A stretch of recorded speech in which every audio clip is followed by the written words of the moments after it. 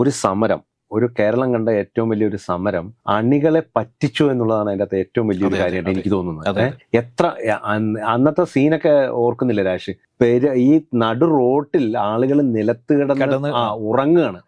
അത്ര ഈ ആത്മാർത്ഥമായ സമരം. അതിന്റെ പിന്നിൽ ഇത്തരത്തിലുള്ള അഭ്യാസം നടന്നുള്ള ഒരു കാര്യം. രണ്ടാമത്തത്, നമ്മുടെ കേരളത്തിൽ എന്തെല്ലാം തരം ദല്ലാളുമാരാണ് ഇവിടെ ഉള്ളത്. മാധ്യമ പ്രവർത്തകർ ദല്ലാളുമാരാകുന്നു. മാധ്യമപ്രവർത്തകർ ദല്ലാളുമാരായിട്ട് കുറെ കാലമായിട്ടത് തിരുവനന്തപുരം കേന്ദ്രീകരിച്ചുകൊണ്ട് ഒരുപാട് ദല്ലാളുമാരാണ്. ഇത് എന്തൊരു അവസ്ഥയാണെന്ന് ഞാൻ ആലോചിക്കുന്നത്. ഇവർക്ക് എന്താ ഇതിന്റെ അകത്ത് റോള്? എന്ത് കാര്യത്തിനാണ് സർക്കാരും പ്രതിപക്ഷവും തമ്മിലുള്ള ഒരു കാര്യത്തിൽ? ഇനി തിരുവഞ്ചൂർ എന്തിനാണ് ഈ പത്രക്കാരെ പിടിച്ച് പോകുന്നത്?